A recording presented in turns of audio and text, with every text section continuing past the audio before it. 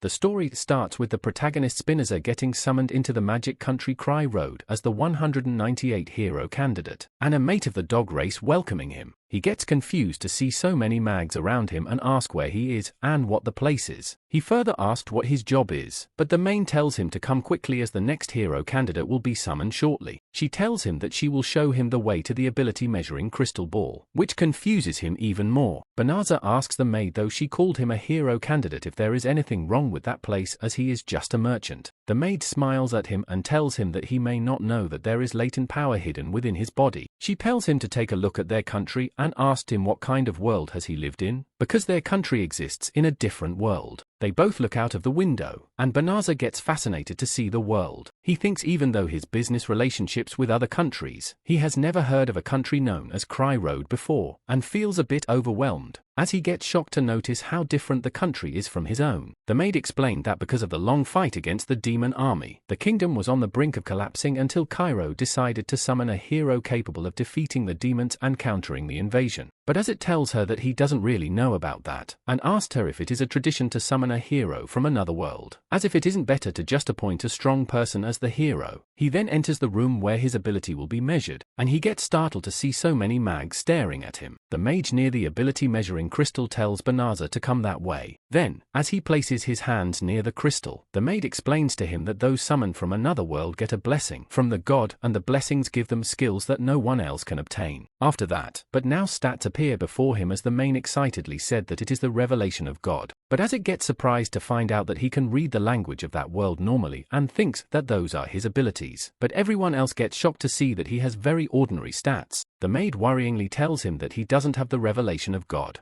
And after hearing that, because it gets confused, she tells him that these are the abilities of an average adult male and said that it is impossible. The mages start calling him a failure and talk about returning him back to his world. But one said that the teleport gate has already been closed. Then suddenly someone cries out with joy. Banzu looks in that direction and sees another main crying with joy, saying that a man comparable to the legendary hero has appeared. The mags check the new hero stats and get excited to see that his stats are very high. Banzu also looks at the new hero stats and understands why everyone is applauding him. The hero looks on surprise seeing that and said it seems that he has been chosen as the hero to save the world. Then everyone runs toward him requesting him to save them, and even the maid assigned to Banzu rushes toward him, calling him her hero, and saying that is right. The mags keep saying that they'll get salvation from the hero and that they have often been told that the hero will save them all. After that a banquet was arranged for the hero, and during that the king of the kingdom brought him forward and declared him to be the hero. During that, Banzu was trying to ask around how he can go back home, but no one was paying him any heat and was getting annoyed with him. He finally finds the dog maid and grabs her attention. Then she responds to him with an uninterested look and asked how she can help him. But as I asked her if she remembers him and said that he was summoned as a hero candidate as well, and hearing that the maid remembers him and gets shocked, she asked him why he is still in that world.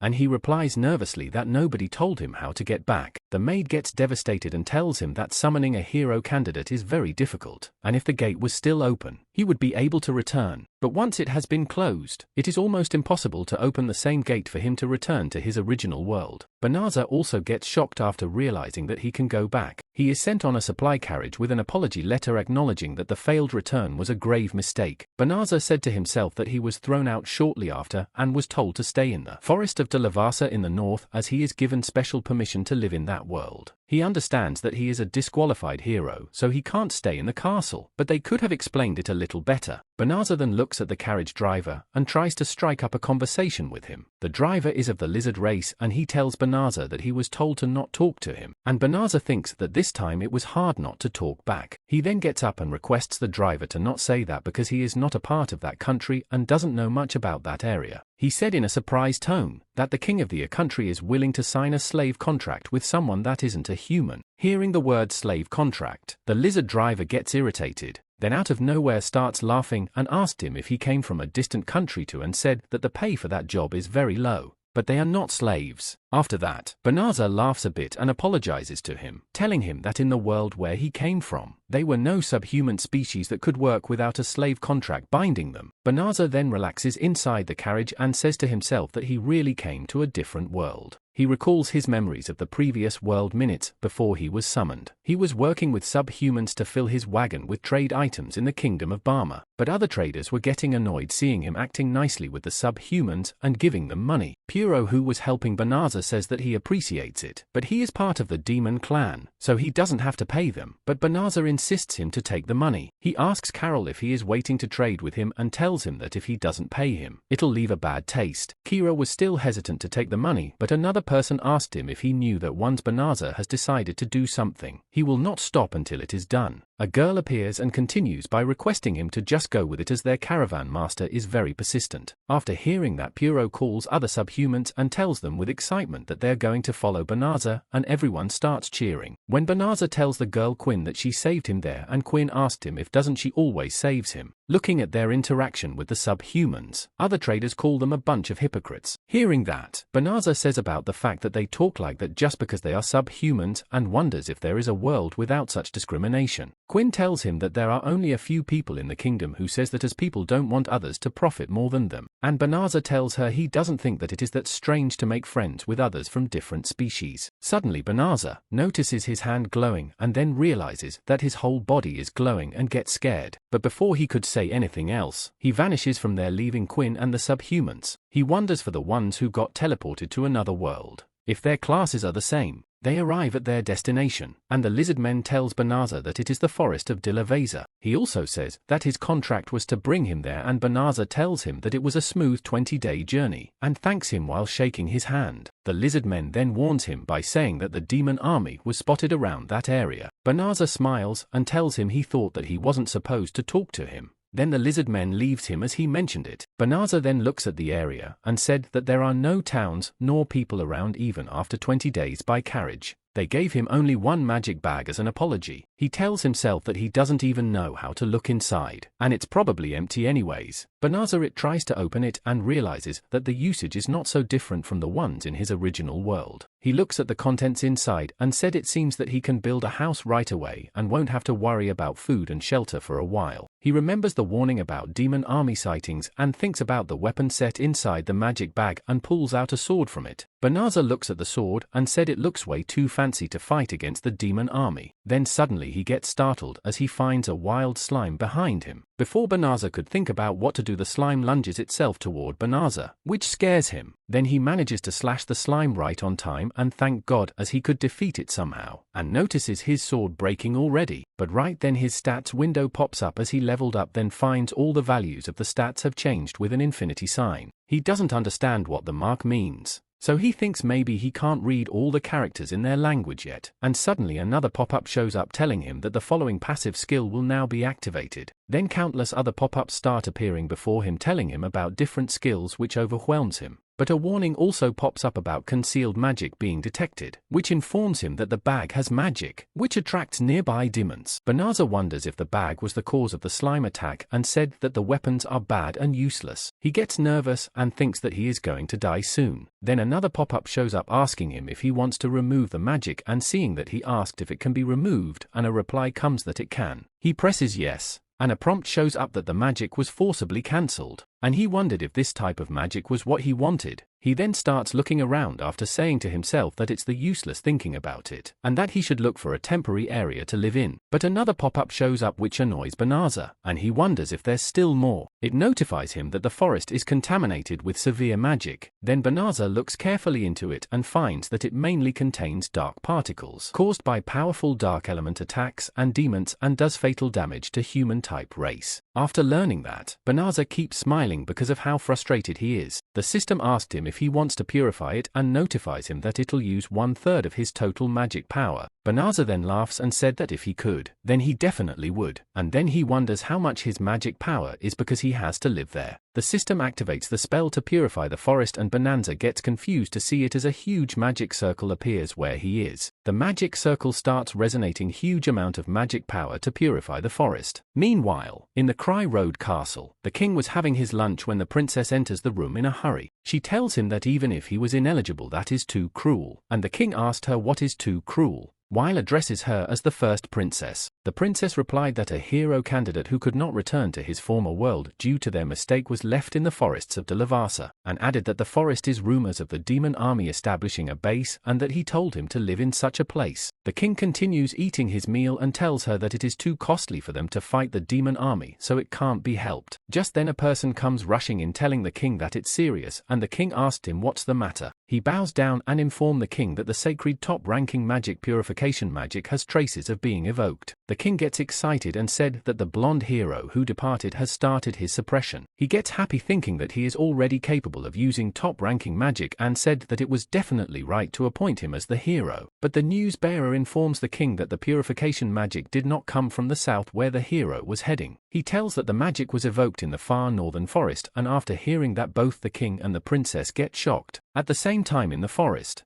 after the invocation of the magic ended, Banzu gets confused as to what just happened. Purification magic is the highest ranking magic that can extinguish dark magic particles that harm the human body. It is also possible for it to destroy bodies of demons from within, and it can usually be evoked by gathering all the wizards in the country and is the ultimate weapon. While Banzu's purification magic was resonating throughout the forest of Delavasa, the first unit of the demon army led by one of the 4 devas got annihilated instantly. On the opposite end of the same forest, Banzu wonders why it became so quiet. He said that it was such a blinding light and that he didn't feel any change. So he wonders how he can check his remaining magic. As he is thinking about how to call out the menu, it comes out on its own. Banzu notices that after using the purification magic, his magic power got reduced by about 1/3. But it started regenerating pretty fast on its own. He gets surprised to see how quickly it recovered and said as he thought his magic isn't that big of a deal, and wonders what his stats are now. Just then another pop-up shows up which tells him that he has leveled up and his current level is 367. Seeing that, Banzu gets shocked as he didn't even defeat any monsters, so he wonders if his level is going up just from using magic and if the window is right, as the weird symbol did not change. Banzu then recalls that the castle maid said that the window display is an intermediate magic, so he guesses that his magic power is too low to display correctly. He said that it is inconvenient to not display the correct level of information,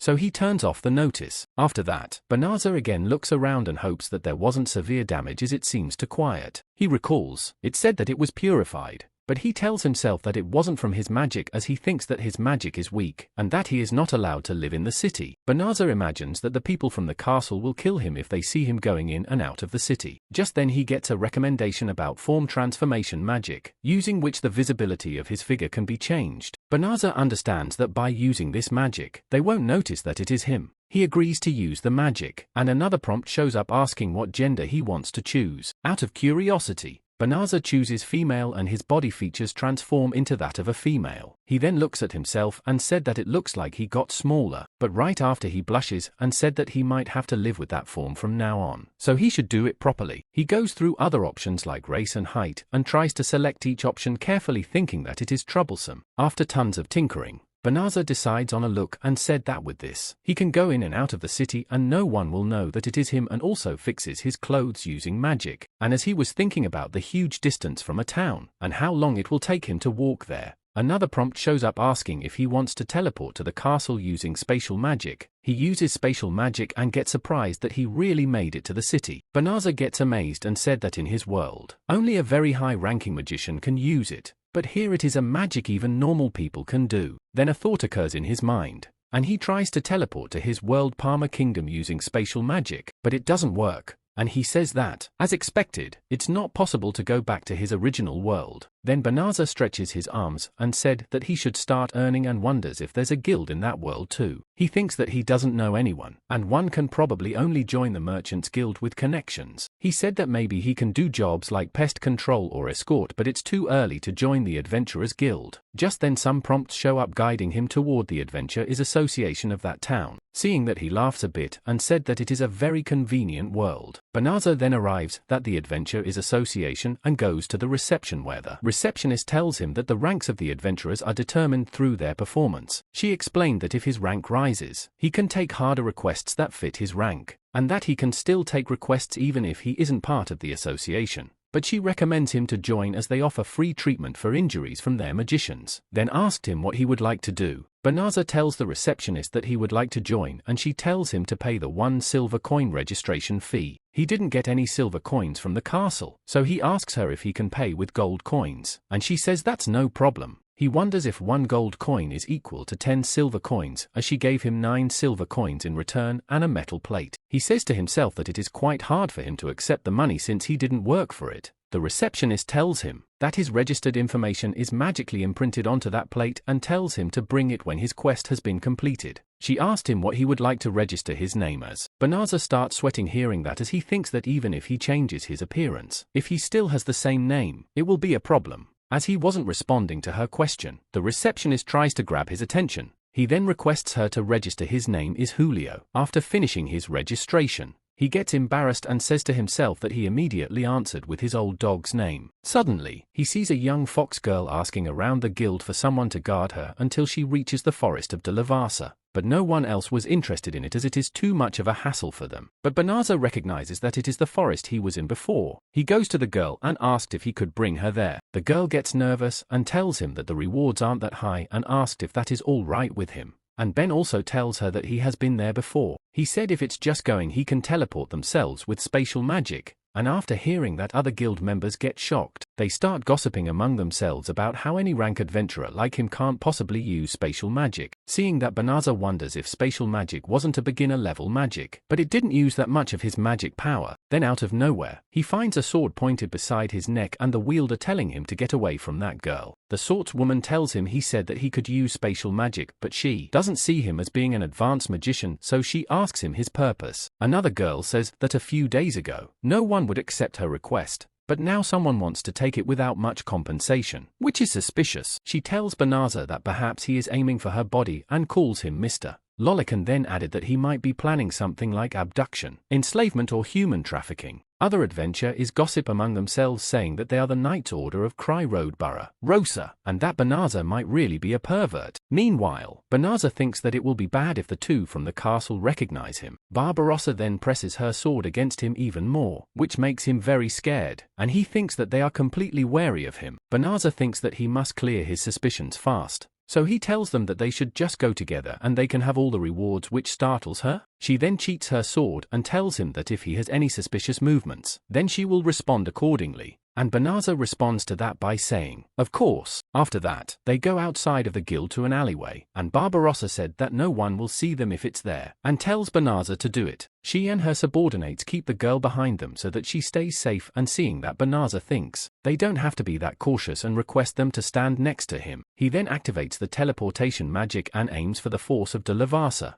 Then a big magic circle appears and engulfs them with bright light. After that, they get successfully transported to the forest, which surprises the Knight Order members. The girl with the witch hat tells him that only an extremely high-ranking magician wouldn't be able to accomplish such a long-distance teleport. But Banzu said that he is just an ordinary adventurer. Barbarossa asked if his name was Furio, which startles Banzu, and he answered yes. She tells him that she was doubting him and requests him to excuse her rudeness. She gets on her knee and apologizes to him, and seeing that, Banzu tells her that it's fine as long as the doubt was cleared. But then he asked the little girl what's wrong, as she seems confused. She asked him why all the demon particles are gone, as that forest is supposed to be covered in it, and Banzu was about to answer her. Men suddenly gets a warning that it is dangerous to tell a demon about his purification magic, and the little girl in front of her is a demon with human transformation magic active, which makes him wonder if demons and humans don't get along with each other. Barbarossa steps forward telling him she is sorry that she got him involved in this matter. She and her subordinates prepare their weapons and point them at the little girl, which shocked Spinoza.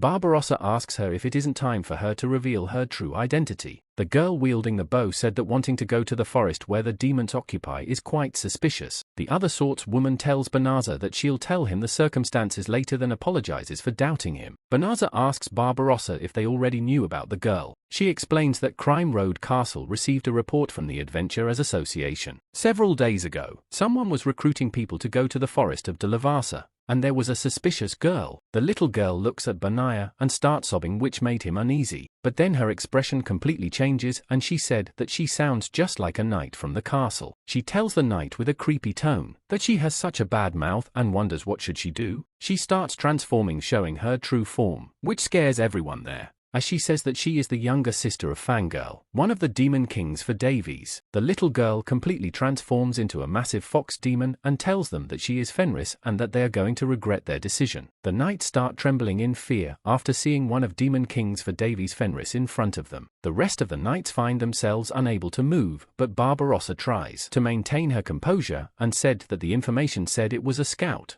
But it turned out it was a diva. Banzu then rushes over to Barbossa and asked her what is exactly going on. And seeing that he is fine, Fenris gets confused. She wonders if it is some sort of protective magic as her intimidation is not effective against them. Fenris gets furious and tries to bite him with her huge jaws, saying that at least he seems to have some bones. But Banzu manages to dodge her attack and move Barbarossa right in time and thinks that was close. But it's impossible to escape while protecting for people. And even if he tries to use magic, he'll die if he takes his eyes off that thing. But he recalls that while using purification magic, the magic was executed just by thinking about it. Then Banzu uses teleport magic and sends Barbarossa and the people who came with her to the Crowroad castle town. Seeing them disappear, Fenris asks where they went and Banzu feels relieved that it was a success. Fenris gets frustrated and said that her brother entrusted her with that and she wanted to feed them to her underlings. She turns toward Banzu and asked him why he is the only one left and if he is planning to become food for her by himself. He tells her that he doesn't really want to die yet. As he opens the magic window list goes through the attack magics and finds that he doesn't have much leniency in choosing. Banzu thinks that he'll try any of the usable magic and uses gravity magic, which manages to overpower Fenris and she finds it hard to believe that she is being held down by magic. Banzu then uses an area of effect magic and thinks that he stopped its movement for now, but he can feel it resisting on his hand. So he thinks about a magic that can be used to capture it. Then a suggestion pops up telling him about slavery magic, which can dominate the target and restrict its thinking behavior. But Banzu said no to that and asked for another magic as it makes him feel uneasy. Prompts keep showing up that Fenris used mitigation magic and effects are being cancelled, but he still refuses to use slavery magic. Even more prompts show up telling him that his other magics are also being cancelled, but Banzu said that he will not imitate the customs of another world and still refuses to use slavery magic. But right then Fenris said that she surrenders and tells Banzu to kill her.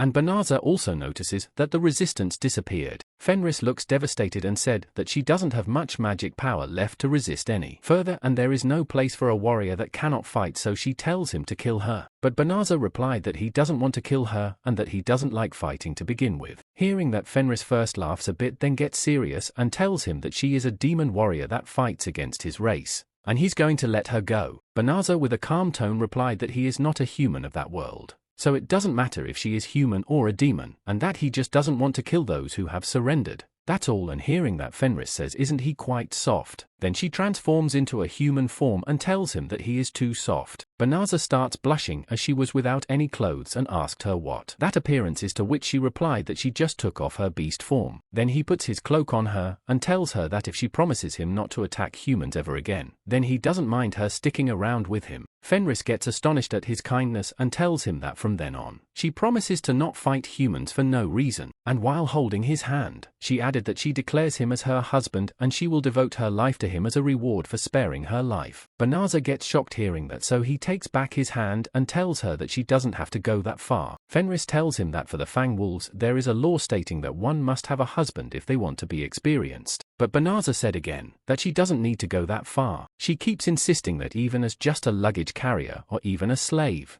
she just wants to be by his side. And Banzu said that he doesn't need people like that and has never even thought of having one. Fenris starts sobbing and asked him if he can't accept her feelings, and Banzu keeps trying to move away from her. Fenris then brings out her fangs and brings them to her throat, saying that if it can't happen, then her only option is to kill herself. But Banzu puts her fangs away to save her and tells her that she can follow him and requests not to kill herself. Hearing that, Fenris gets happy and Banzu asked her to put on some clothes for now. He thinks that even though he decided on a whim, he can't change his mind. But even if she is fine with it, he doesn't want to treat her as a luggage holder, as he was looking for clothes for her. Right then Fenris falls to the ground, which makes Banzu scared, so he checks on her and finds that there is nothing serious, just magic exhaustion. He then takes her in his arms and thinks about a reason to be together. That night, Banzu had set up a camp and Fenris was sleeping inside the tent. All of a sudden Fenris wakes up and finds Banzu sitting beside the fire using his window magic. She calms down and remembers that she lost to him. Even being magic resistant, she couldn't move her hands or legs, and even though she thought of humans as lowly and weak, she is surprised that her depleted magic has completely recovered. She gets out of the tent and calls Banza husband, and seeing her he asked if she is okay already. Fenris smiles and said yes, since he used recovery magic on her when she was sleeping, and hearing that, Banza was glad that it worked. He tries to talk about the way she calls him husband and said that if they're going to be together from then on and if she is okay with it. Fenris asked him okay with what, and Banza replied that okay with being his wife, and asked if she wants to go together. Fenris gets surprised to hear the word wife and Banaz, and nervously tries to explain to her that it's only a name so that when she follows him, they can act a certain way. Fenris gets happy and said with excitement that she will be a wife. She said that she would be seen as a woman with a strong husband, and asked if she can become just as strong as him, and seeing her enthusiasm, Banza tells her to calm down. He then shifts to a serious tone and tells her that, as he said earlier, he is not a human of that world, just as he uses the window magic. Banza changes back to his original appearance, which shocks Fenris, and he explains to her that he was being chased out of the castle, so he changed his appearance. Fenris asks him why,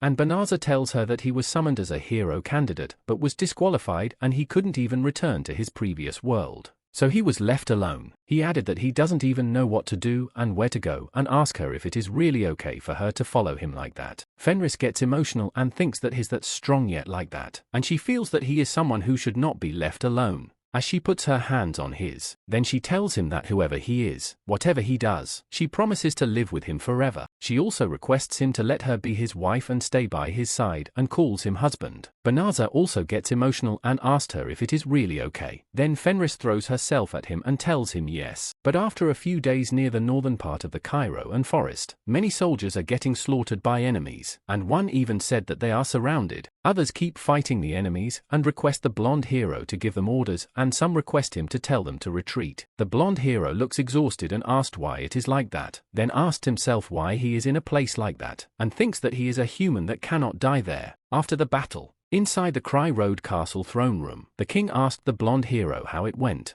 He said that according to the reports, there was a demon in the forest of Villa Vesa, so around 10,000 soldiers were sent to subjugate the demon, but they were completely annihilated by a single monster. The hero tells the king that regarding that incident, he would like to ask something. He asked what were the soldiers, as the moment the monsters appeared, they started panicking in broke formation, and got destroyed in an instant, and added that he was trying his best to save as many lives as possible. He then arrogantly leaves the room, saying that he didn't even get a thank you for returning with the lives he saved. The guard beside the king calls him, and the king asked how the hero was on the battlefield. The guard informs him that the hero led the soldiers from the back, and when the monsters appeared, he was in the deepest part of the formation. He further said that the hero runs away, even if it gets a little dangerous, then blames the army and tells that he does not have the behavior of the legendary hero. The guard continued, "It seems that he is also a disappointment, but the king said that he has already been accepted as the official hero, and he can only hope that they can raise his level quickly and defeat the demon king." The hero was really furious and was stomping inside the castle. He wonders why his stats aren't going up even a little, even after training so much for the past month. He looks at his stats and thinks that if it's like that, then humans will always be weaker than the monsters, and if a monster even slightly stronger than him appears, then he wouldn't be able to beat it. He also gets annoyed thinking about the fact that everyone expects so much from him just because he is the hero, and then he should have refused that request. Just then a girl comes before him and calls him gently, and the hero tells her that he kept her waiting. But the girl replied that waiting patiently is also an important job for a servant. They head out together as the hero tells her to come with him as they'll enjoy themselves with the kingdom's treasury. Meanwhile, at the Adventurer is Association,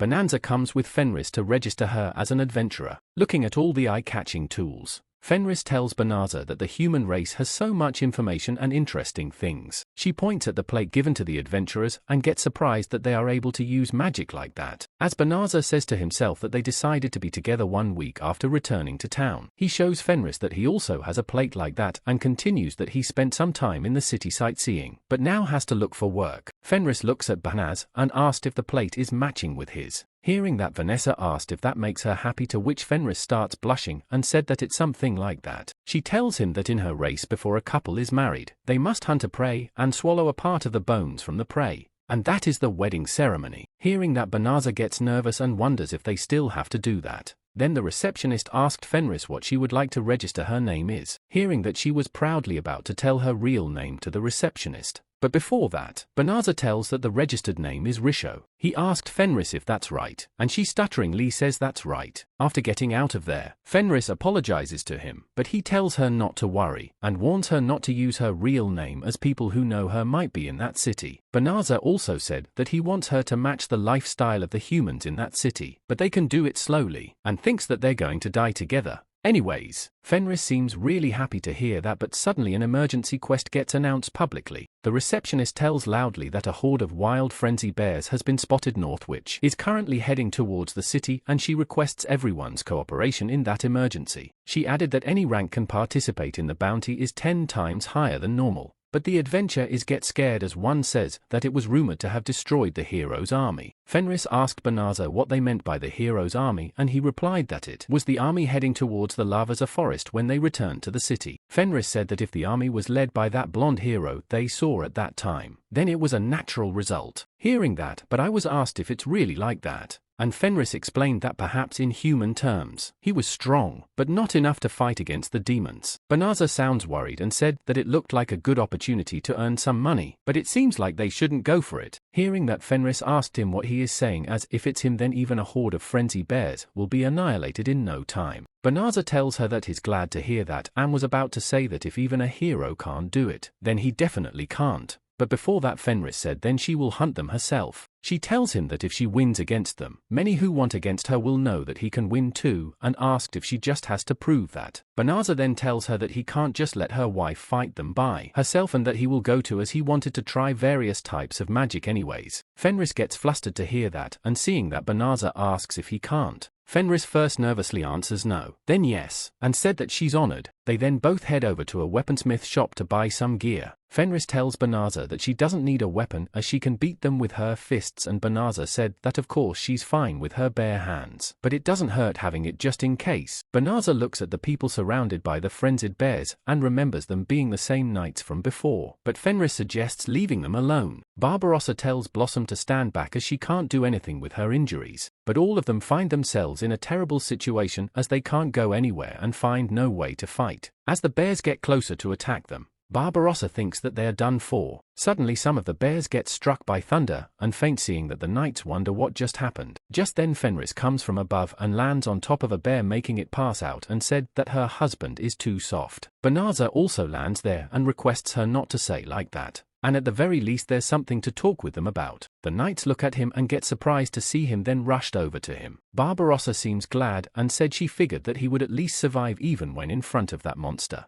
But still, he really is safe. The other girls also thanked him for saving them again as they were about to die. But one of them asks Fenris who she is, and Barbarossa asks her if they met before then. Banzu remembers that last time she had the body of a child and wonders if it'll be okay. Banzu tells them that she is his traveling companion, and that she helped him pass the time while waiting for a lodging vacancy the other day. Fenris gets shocked to hear that, wondering why he didn't introduce her as his wife. The mage girl said she is surprised to hear that he was waiting for a vacancy when he is that strong. And Banzu replied that he was just looking for a good quest and asked what they're doing there. Suddenly, one more bear comes out of the forest and starts running toward Fenris, and seeing that, Banzu tells her to watch out. But after getting close to her, the bear lays down on its back, which confuses both Banzu and Fenris. Seeing that, but as I asked her if it knows that it's no match for her, and Fenris asked if he is saying that it wants to surrender. Then the bear starts bowing down to her, and she said that in a sense, that's very brave. Seeing that, Banzu asked her what they should do, as it's not like they can leave as it is. And Fenris thinks about it. She asked Stan, what would you say to allowing it to accompany them as their subordinate, and Banzu asked in response if something like a pet. The knights get shocked to hear that they are thinking about keeping the frenzied bear as a pet. Fenris said that they are catastrophes that have defeated even the hero's army, and if one were to accompany them, then not only would it affirm her husband's martial skill, Banzu elevate his prestige. To which Banzu said that he doesn't really care about prestige, but it is one way to prevent it from attacking anyone else. He uses behavioral control magic on the bear and said that he should suppress any sudden bouts of ferocity. After that, he looks at the knights and finds them scared of the bear and said he figured that would be the case. So he thinks of a solution for that. He uses transformation magic on the frenzy bear and transforms it into a horn rabbit. Banzu picks up the rabbit and said he doesn't know if it's a little cramped in there, but this way they can take it with them. Fenris finds the rabbit really cute, but doesn't understand the feeling that she is experiencing. She then asked Banzu to name it, and he suggests calling it Sabia as it's a frenzied bear, hearing that Fenris said is expected from him.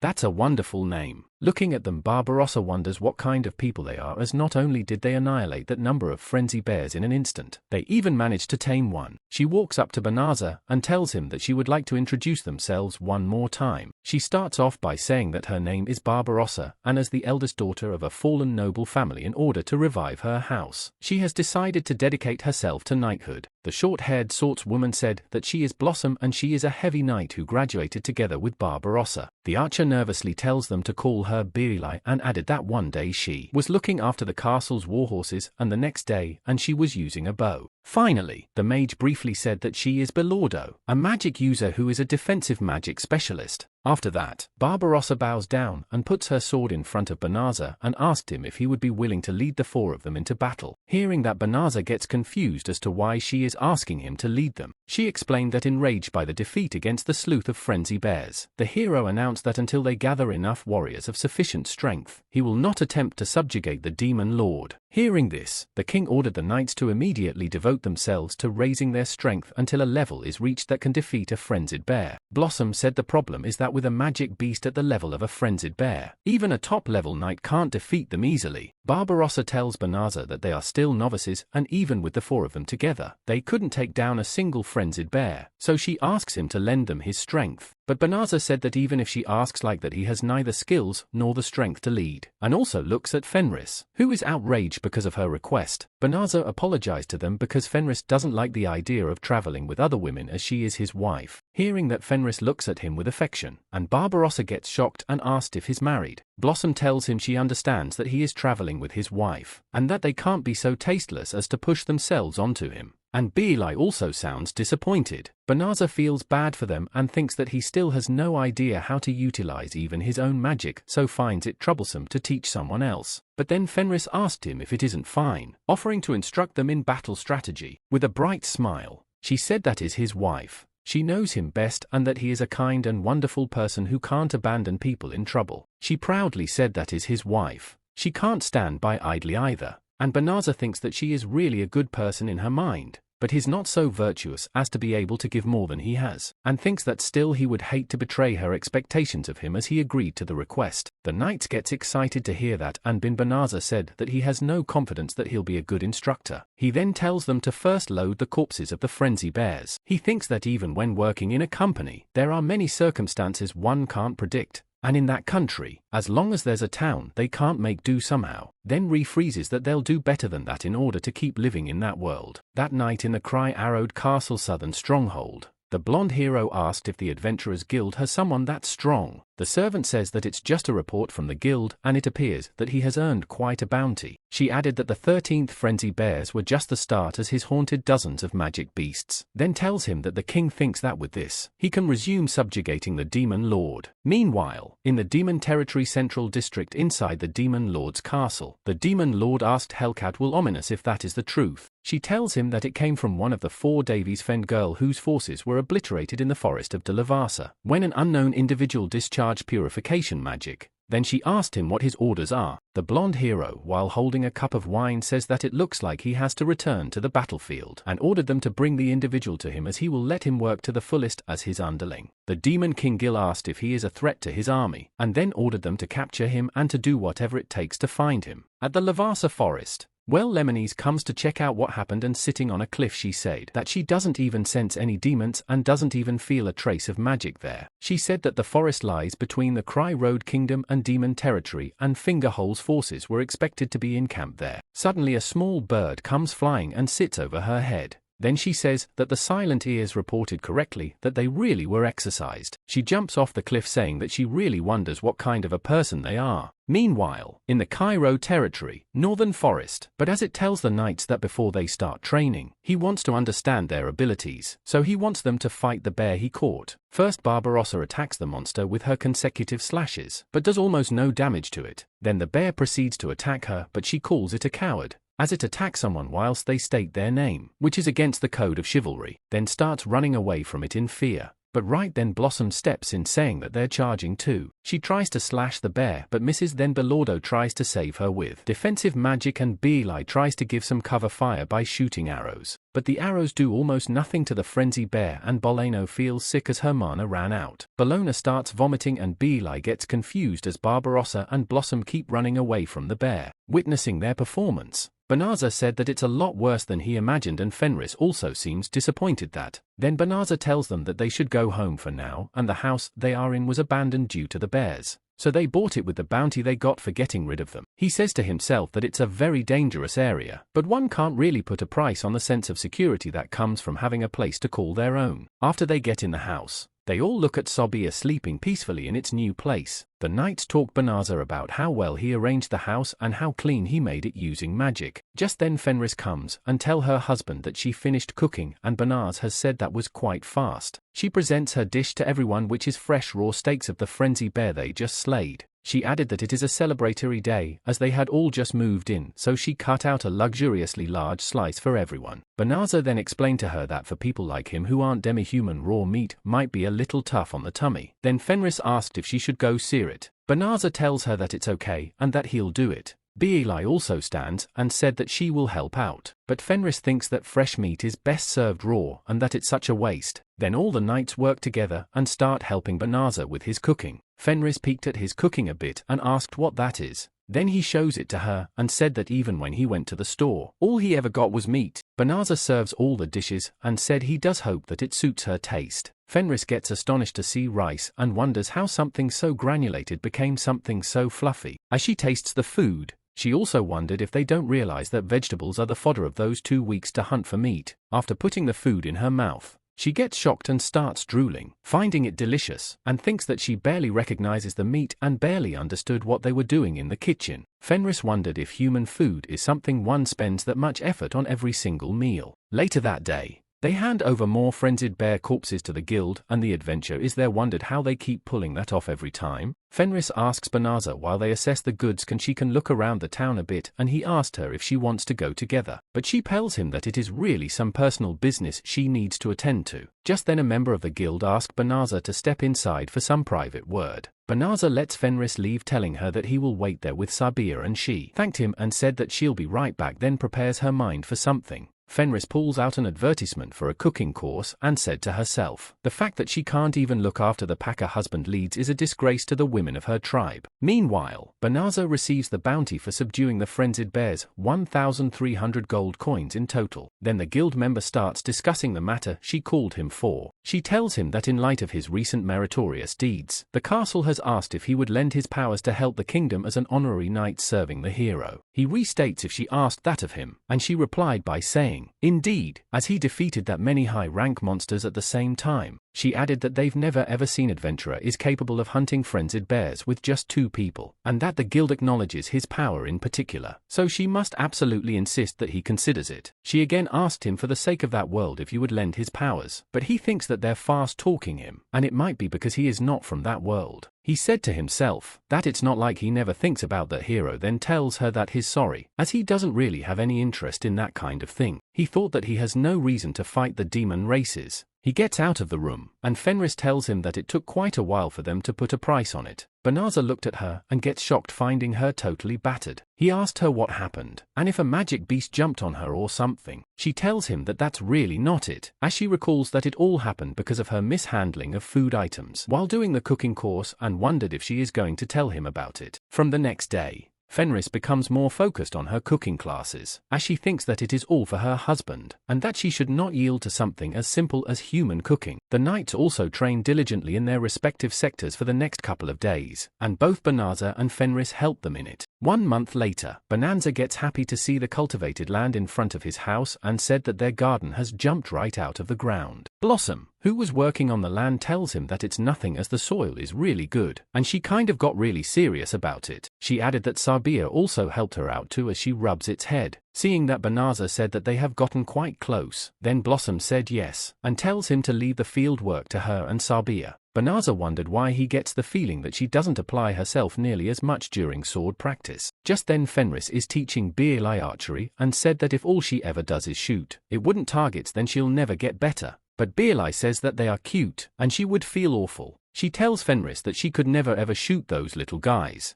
as she talks about many eye had birds near them, and Fenris tells her that she is not telling her to shoot them all indiscriminately. Fenris tells her that many eye bird meat is quite delicious, but Beelai replied that she always tried to appeal to her appetite, and that she can't do what she can't do. In the meantime, Banzu is checking out on Belordo and asked how's the ring he tried to improve for her. She tells him that she's bearing it, then shows it to him. And then Ben was asked her, why don't they keep practicing and try that one next, and thinks that she still looks sick. He uses some enhancement magic on the ring and thinks that every time they attempted to quickly increase her mana she would throw up and that he really needs to give her some slack. He asks her why doesn't she just wear the ring for the rest of the day, and then just take it off if she feels too sick. Then he puts the ring on her finger. Seeing that Fenris gets weary of Boleno, so she instantly gets to her and gives her a death stare which terrifies her. Then Banzu notices Barbarossa asking for help as she is fighting a monster and pretending to be in trouble to get close to him. In the blink of an eye, Fenris kills the monster and tells Barbarossa with a threatening look to seize the damsel in distress act, as she should easily be able to defeat a C-rank magical beast by then. Fenris gets close to her and said that she doesn't even need the ability enhancing rang her husband made, especially for her. Does she? Then Barbarossa nervously said that she doesn't know what she is talking about. Seeing all this, Banzu releases a sigh and thought that they clearly make a way better team than before, but it's still not great. But those four don't really seem to like fighting in and of itself. He wonders if they're really continuing training for their sake, as he calls them to head home and start preparing dinner. But right then Fenris grabs his attention and nervously asks if he would let her cook that day, which makes him anxious. As they sit at the table to eat,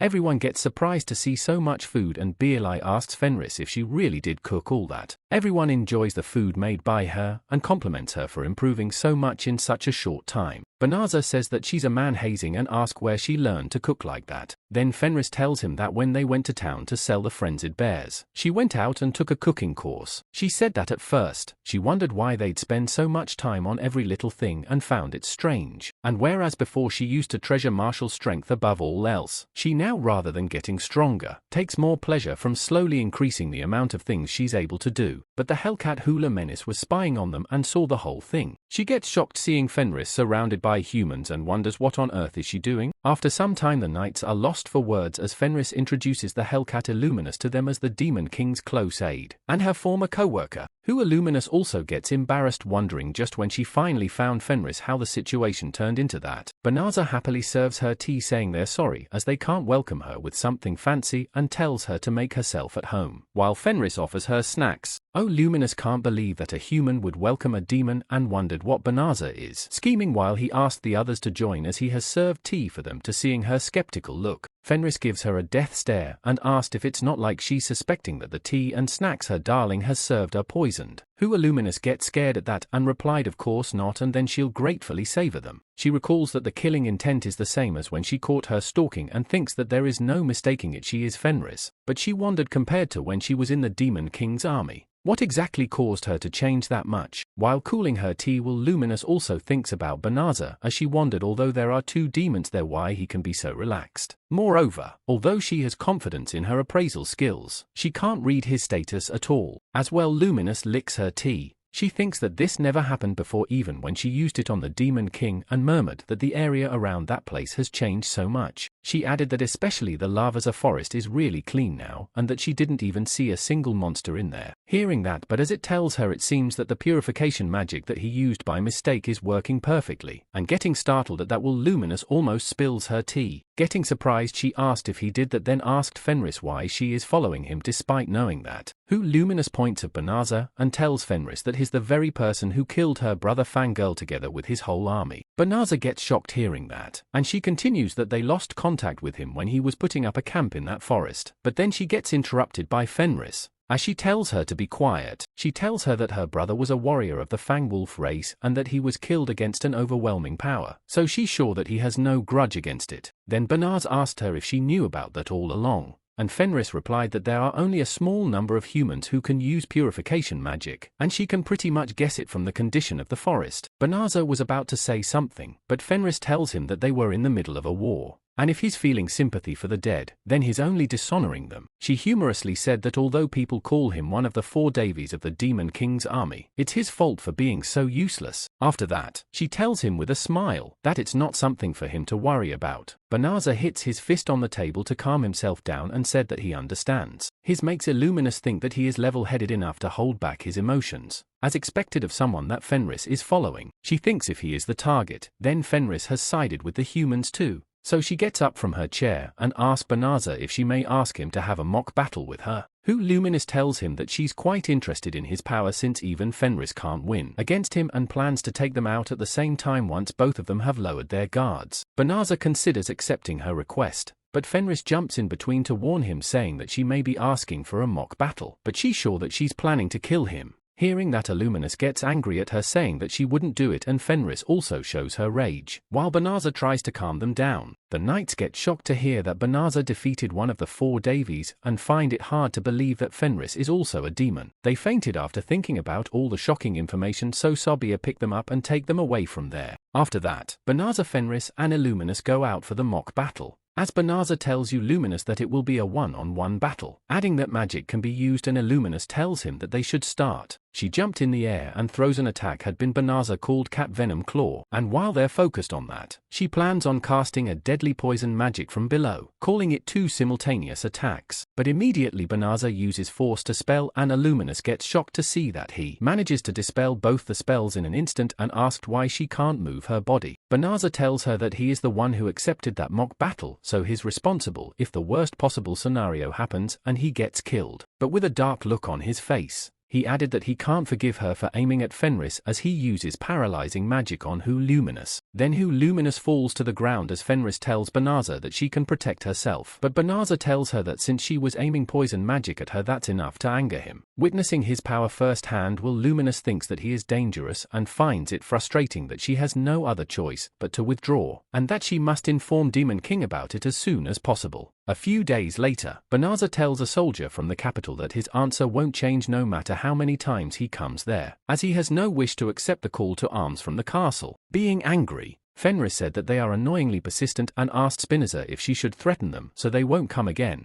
but Banzu tells her to calm down as it's their job. Fenris tells him that he doesn't have to worry about her, so he can just accept the invitation, but Banzu said that he wouldn't accept even if she wasn't there. After all, they kicked him out for not being good enough, adding that his magic is borrowed, and even making the slightest mistake will cause a disaster. So she should forget about the whole world, as he already has his hands full protecting his own daily lifestyle. Hearing that, Fenris said that his modesty is a commendable thing, but for the humans who labeled him as a failure, it's a big loss for them. But then someone yells from far away that they reap what they sow, which startles Fenris. They find out that it's Illuminous, as she sits on one of the many dragons she brought with her, and thanks Spinoza for his hospitality the other day. She tells him that his thanks she brought with her the elite squad of the Demon King's army, and added that she'll return the favor with the power of the dragon army. Seeing the demon army, the knights also get scared, as Barbarossa asked if it's the legendary dragon army that annihilated countless human armies in the past, and Blossom gets shocked to see so many. Luminous asked Banzu if he will surrender and pledge his loyalty to the Demon King, but instead of getting scared, Banzu gets excited to see real dragons for the first time, which makes her pass out. Then Fenris asked Banzu if he didn't have dragons in his previous world, and Banzu starts talking about how rare the dragons were in his world. Seeing that, Luminous gets furious and tells them to stop playing around. She tells Banzu if he is going to look down on the power of the Demon King's army, then he should just go ahead and die, as the dragon carrying her prepares to attack him. But before he could attack, Banzu looks at it and uses his holy magic smite, which deals a great amount of damage to the dragon. But Illuminous manages to jump off it right on time. Then the dragon falls to the ground, and Illuminous gets terrified, thinking that the strongest dragons and the Demon King's army got annihilated by thunder magic, and finds his power very overwhelming. She turns back and scolds the other dragons for running away and tells them to come back. And seeing that, Blossom starts laughing and tells Banzu that he's really something. She sarcastically added that if she had known this would happen, she would have thrown something like the hole in the middle of the fight too, and if it went well, she might have gotten the Dragon Slayer title after all. Hearing that, Banzu asked her about trying that now,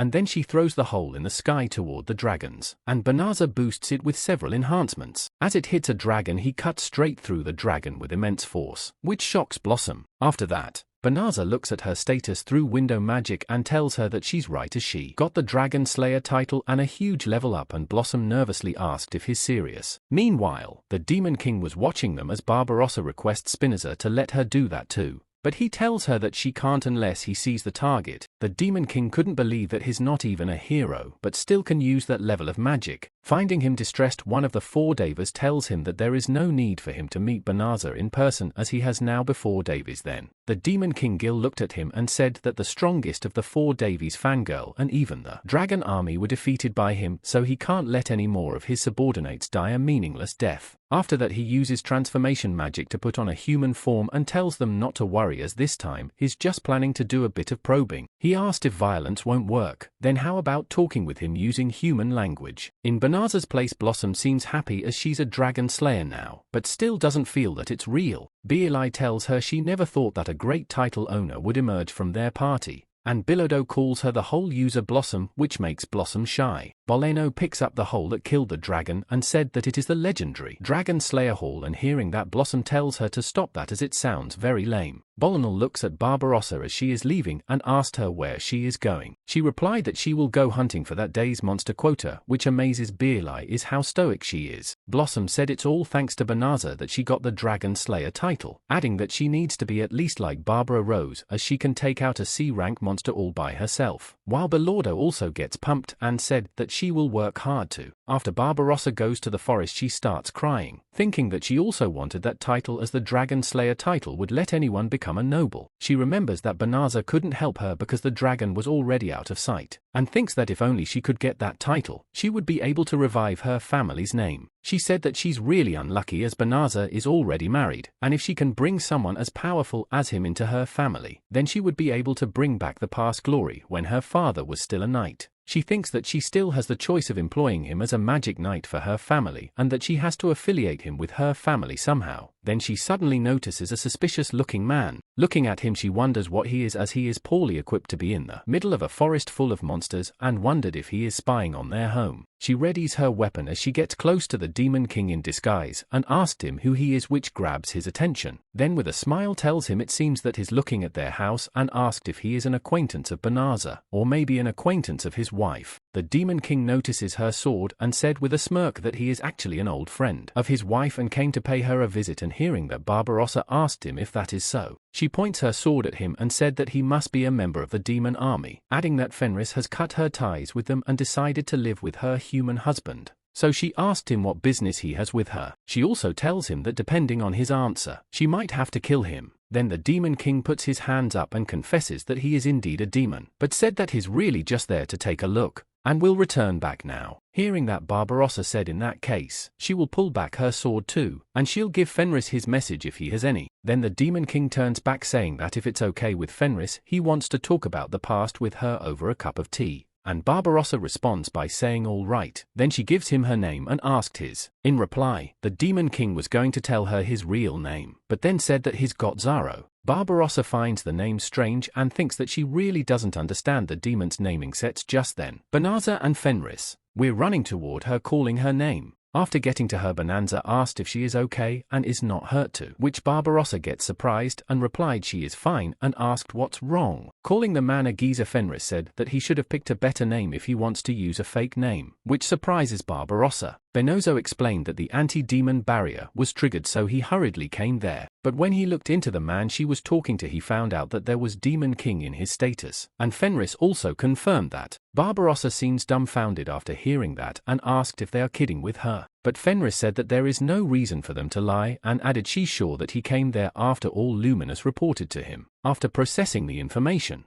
Barbarossa gets really terrified, finding out that she just pointed her sword at the Demon King and thinks that she's going to be killed. Meanwhile, in the Demon King's castle, Illuminous calls Gil to grab his attention. She kneels before him and asked if he got anything from visiting Banzu's house, and in reply, the Demon King said that he wasn't able to enter their house, which surprises Illuminous. Neil explained that maybe it was because of her attack that they put a powerful anti-demon barrier trap around their home, so he wasn't able to get close, but he added that he did get some results thoughts as he references Barbarossa admiring her gallant appearance, courage to throw away her life for her master, and her decisiveness. Niall said that she's just a mere human, but she's quite interesting. The next day girl arrives at Banazza's doorstep and Fenris with an irritated look said so he really came. Banazza tries to calm her saying that he has come all the way to visit them and welcomes the Demon King in asking him if he can call him Banazza. True. Then Gil replied by saying yes and apologizes for bothering him. After entering the house, Joel and Barroso looked at each other and Gil smiles at her, but Barbarossa gets terrified to see him. While sitting in the living room, Field tells Banazza it seems that one of his subordinates had caused him some trouble the other day, and Barbosa wondered why she is there too, and even right beside him. Then Fenris asked him if he wants to take revenge or something, and Banazza tries to stop her getting exposed to the immense tension in the room. Barbarossa gets really sickly and wants to run away, but her legs won't move and she can't stand.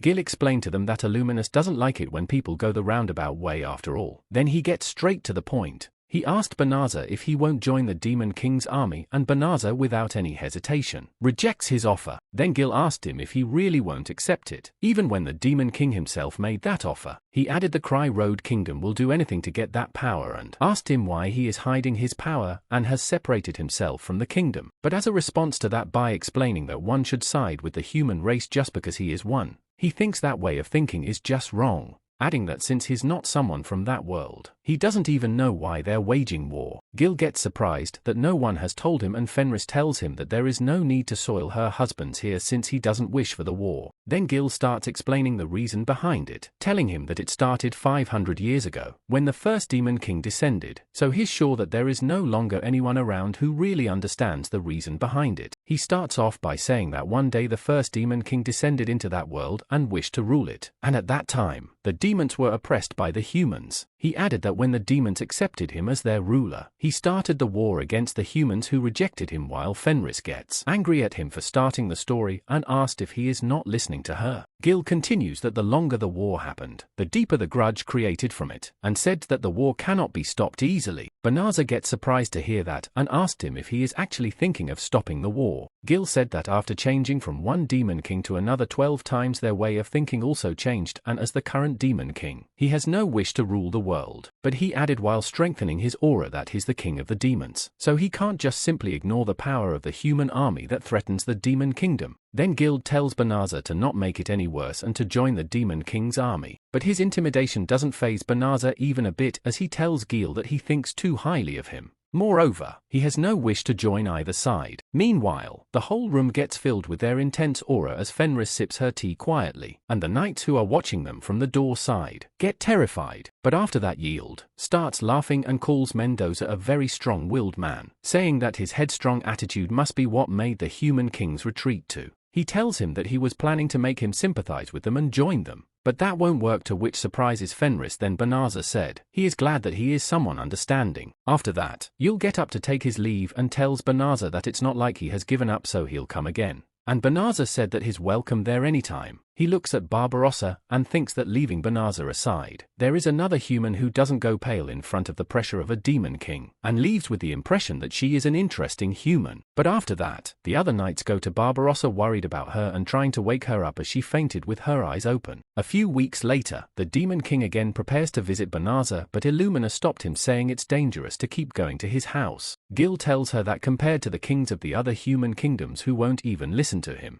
he is quite an understanding human, and if they can win him over, there is nothing better than that. Then he leaves, telling her that he'll leave the palace to her, and Illuminus tries to say something more, but he doesn't listen to her. She gets worried that since Gil keeps visiting Banazza, there are demons who are bad-mouthing him because of the rumors about him siding with a human. Then she wonders if Gil really is doing this only for persuading him. Gil starts flying toward Bainau's house from his territory and finds it amusing that he can make a Demon King like him go visit him that many times. He also finds it troublesome that every time he goes there, it always coincides with when Barbarossa goes out for doing something. But he really wants to talk with her that day if possible. But as he gets close, he wondered why a lot of people are gathered in the direction of Banazza's house. While inside the house, Barbarossa, being terrified, asked Spinoza if she is in some kind of nightmare, and the other knights also get terrified seeing the people outside. Fenris tells Banzu that the people outside are very rude and asked him if she should just go and clean them up. Banzu nervously responds by saying what can he say, as he is at a loss for words. He said that the word welcome doesn't really fit the situation there, as countless soldiers have gathered around his house being led by the hero. Then the hero steps forward on his horse, telling Banzu he knows that he is communicating with the demon and tells him to choose whether he joins him or dies in that place. A few days before, the king asked the soldier if he said that a demon is frequently visiting Banzu's house. The soldier replies that according to their spy's report for the past few days, a certain suspicious man keeps visiting his house, and it has been confirmed multiple times that he flew to the demon kingdom's territory. The king finds it hard to swallow that not only has Oslo rejected his offer 3 times, but now he's planning to side with the demons. So he wants to order the soldiers to subdue him, but the first princess stops him. She tells him that rather than keep demanding him like that, they should first hold a talk with him. She explained that during the time, it has not been proven that he has sided with the demons. If they send their troops there, then his opinion of their kingdom will worsen for sure. But her father tells her to shut up, asking her if she can really think that she can build a country with only idealism, adding that there is a limit to how much she can keep dreaming. The princess was about to say something, but the hero comes and interrupts her by asking what they're doing and if there isn't a better way to handle him. He suggests the king that if Banzu won't accept his demand, then he just needs to make him obey, then tells him to give him soldiers and he will use treason as an excuse to make Banzu choose. All that lead to the current situation where the hero asks Banzu if he wants to become his subordinate in his quest to subjugate the demon lord or die there is a demon lord associate. Barbarossa and her friends take Banzu's side as she tells the hero that it's just oppression, and Blossom tells him that he should consider their situation as well. Hearing that the hero said they don't understand that they are under suspicion of betraying humanity, which might even cause their defeat. He added, but if they serve under him, then he might let that slide, and then Barbarossa asked him if he is going to use force for times like this, while he always runs from dangerous battles. She also asked if that kind of blackmailing is really the way of doing things for the Knight of the Kingdom. Blossom asked him if isn't he always locking himself inside the safe for it, despite being a hero himself? And Beli said, that's right.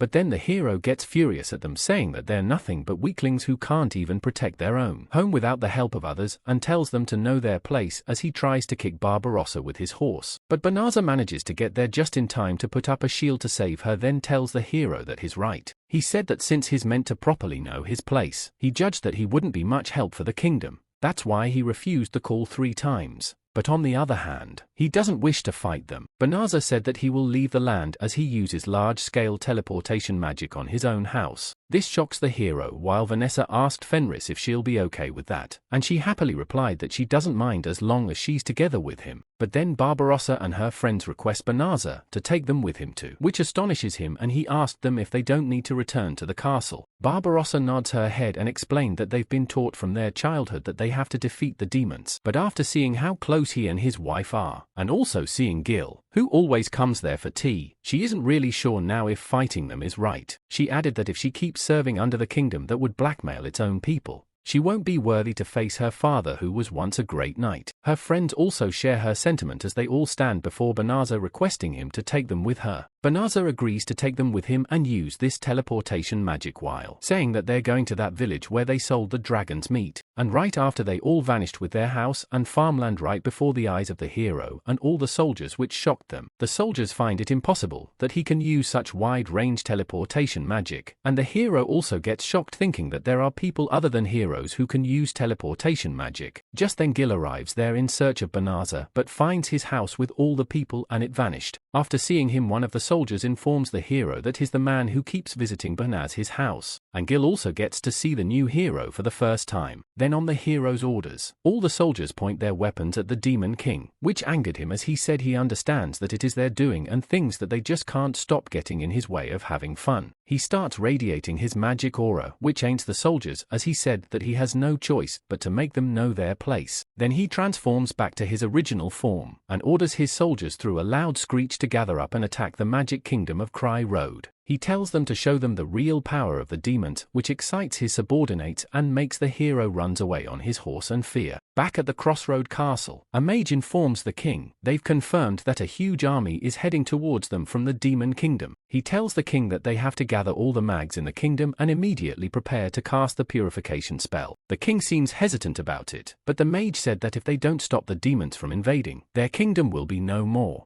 Moreover, the preparation and chanting take a lot of time, so he asked for his orders. He added that all of their defenses have been breached due to the Demon Lord's swift attack with 100,000 soldiers, and while mags wondered how long the northern fort will last, one of them asked what the hero is doing, and another person replied that he has locked himself inside again, which makes everyone desperate. The mage explained to the king that is the closest human kingdom to the demon territory, and as the biggest human kingdom, their position as a bastion of defense is really important. He added that being weaker than the demons, they can only fight them thanks to their development in magic, and if they as the kingdom where all the mags gather lose the war, then it's equal to the loss of all humanity. So he urges the king with great urgency to give them his order. Meanwhile, Gil's reconnaissance squad meets up with him and gives him some intel. After hearing that deal, said it's enough and tells Illuminous that they're retreating, which shocked her as she asked him if they're not going to push forward and crush them. Gil replied that the purification magic will come soon, and ordered her to not get any of their soldiers caught in it. As the mags start chanting for the purification magic, he thought that there is no problem and retreating now as he has already reached his goal. Then, as the purification spell gets completed, the capital in some of its outskirts get covered in a giant protective shield. In the Crowroad castle, one of the ministers informed the princess that thanks to the purification spell, the Demon Lord's army is retreating, and until the magic effect wanes, they should be safe. But the princess gets concerned about the current situation. She said that all of the mags in the kingdom have depleted their magic and have fallen unconscious, and they'll need at least 2 to 3 months to fully recover from it. She said that even the king is unconscious as he was a mage too. The princess tells the ministers that until he wakes up following the rule of Cairo, she'll be taking his position, which surprises them. And the first thing she does is she revokes the hero's position as the hero of that kingdom. The minister said in that case, they should prepare to summon the next hero, but the princess refuses as they don't have enough manpower for summoning the hero. She added that they keep sending the hero candidates they summon to the demon territory without any chance of winning. Thus, she can't agree with the summoning ritual. The minister was about to tell her something, but she said she already knows that they are cornered now. Then she suggests calling a prophecy. In the meantime, the hero got into the basement knocking off the guards and gets frustrated at the princess saying that she is doing what she wants. He rummages through the treasury while the servant with him said now that he has lost his position as the hero. He also lost all the money he had and asked him what he is going to do from now on. The hero sounds surprised that Sula is still calling him hero, to which he replied by saying that the reason he came to the treasury room is that he probably has no wish to give up his title as the hero. The hero tells her that he'd rather die than live there as a commoner, and he is sure that he can at least find something that can defeat the Demon Lord so that he can continue living as a hero. He thinks if only he had great skills like Banaza, and although he should be the chosen one, he questions why he isn't given power. Then he hears an ominous voice speaking in his mind asking him if he wants power. Hearing that the hero asked who is there, but it continues that if he wishes for power, it might be willing to help him. The voice tells him that it feels sympathy for him, and the hero frustratingly asked what it means. And the voice said it's simple. Then one of the walls started moving, revealing a secret room. As the voice tells him that if he pulls out the sword deep inside the place, the demon sealed in there will grant him any wish. It makes the hero curious, but Suyo, being scared, asked him who he is talking to. And he gets startled at that and asked if she can't hear the voice. But then the voice grabs his attention by asking if he doesn't want power, and also mocks him, saying it hopes that he isn't getting cold feet. The hero gets angry at that and tells him not to be stupid as he takes out the sword, saying that no matter whether it's a demon's power or anything else, he'll use everything he can use. After that, a huge amount of magic starts pouring out of the sword, and Sula warns the hero to step back. But then huge gust of wind start coming out, and the demon who has sealed inside calls himself Higher, the demon who rules over the light and darkness. He then asked the hero if he is the one who freed him from the seal. Sula warns him to stand back as the hero hears a voice echoing in his head and thinks that it is the demon. Then the demon appears before him and asked if he is the one who pulled out the sword that sealed him. Looking at him,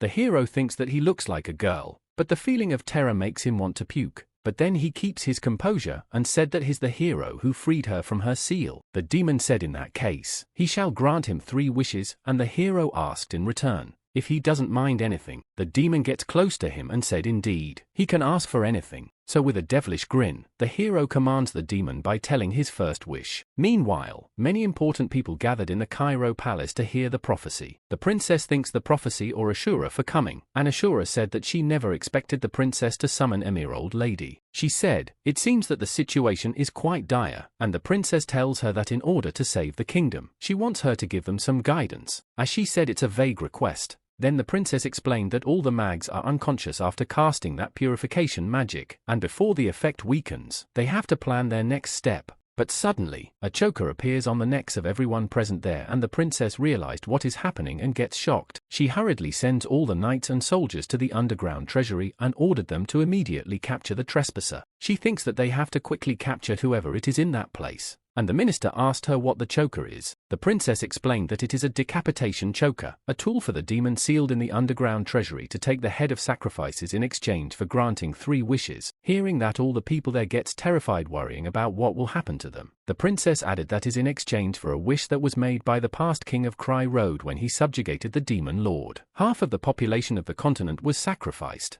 Since then, all the mags in the kingdom worked together and sealed the demon in the basement of the castle. She thinks that they only have time until the demon grants the 3 wishes, so she requests Ashura to give her guidance as to what she has to do in order for them to overcome the current situation. Understanding the problem, the prophecy shuffles through her cards and uses her foresight powers to find answers. Then she gives the prophecy by saying, "Seek the true hero, and they shall meet him if they goes west." Others in the room get surprised to hear that and start wondering who the true hero might be, and one order to gather the soldiers to look for that hero. But the princess stopped him as they can't afford to send the soldiers who are protecting that land at the moment. She said with a decisive look on her face that she will look for that true hero herself. Meanwhile, Vanessa and the others are in the west of the magic kingdom of Crowroad, which seems very lively. Banzu goes through a weapons shop to show the owner a shield, which surprises him as he asked if it is made of dragon scale. In response, but as I said, as he expected, he has a good pair of eyes, and it was the right choice to bring that there. Banzu remembered that in order to run from the hero, he used magic to teleport them in their home, and if he does jobs for adventures, they'll find him out. So instead, he is thinking about hunting to produce goods to sell. The shop owner then remembered about a rumor that someone sold a huge amount of dragon meat not too long ago and asked Banzu if that was also him. Banzu tells him to keep quiet about it and said that he somehow got lucky and was able to get some through his route. He added that shield is also a high quality good that he was able to get from that secret route.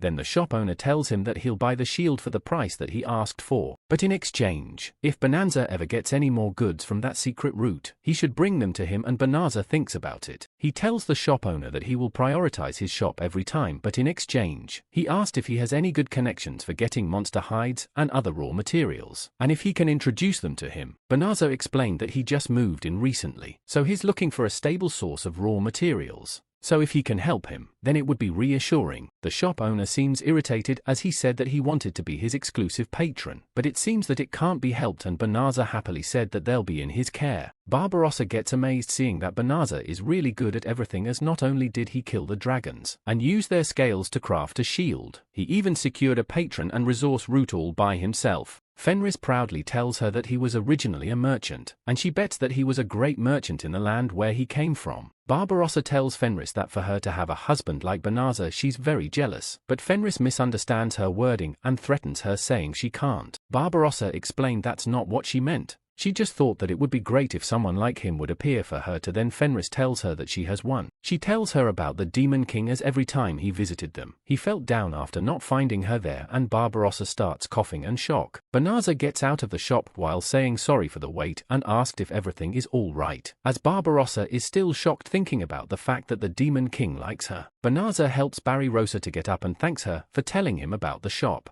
and Barbarossa replied she's glad that she could be of help. Fenris grabs his arm, saying he looked like he was really enjoying talking about business back there. Hearing that, Banzu smiles and said that is he thought doing something like that is more suitable for him. And he can also create magic tools, so it seems like they can keep on living by doing that. Fenris said that although it's fun to see how good he is at his work, she tells him to take her on a date time to time. Banzu replied by saying, of course, as the 3 of them were happily returning home. Then all of a sudden Banzu gets startled, seeing a warning about a demon approaching them, and he thinks that it has been quite a while since he saw that. The demon gets right behind him and introduces himself as Haya and asked if he is fully ill. Then Banzu turns back and asked if he needs anything from them, and Fenris wondered what's with him. Haya recalls the hero telling him to kill the criminal who put him in that disgrace and wishing to kill the man by the name of Furio. He opened his eyes and said executing wish, while multiple warnings pop up for Banzu, and Fenris jumps in front of him to save him. Before Banzu could understand what is really happening, Fenris gets a fatal wound from Haya's attack, which was targeted at her husband. Banzu looks at his wife in disbelief as her blood rapidly gushes out of her, and she tells him to run. He grabs her in his arms, while Haya sounds disappointed that he missed, and Barbarossa angrily asked him how dare he do that to Fenris. Haya throws another powerful attack at them, but this time Banzu manages to block it completely, but he's in distress as Fenris doesn't open her eyes, and the demon keeps attacking them.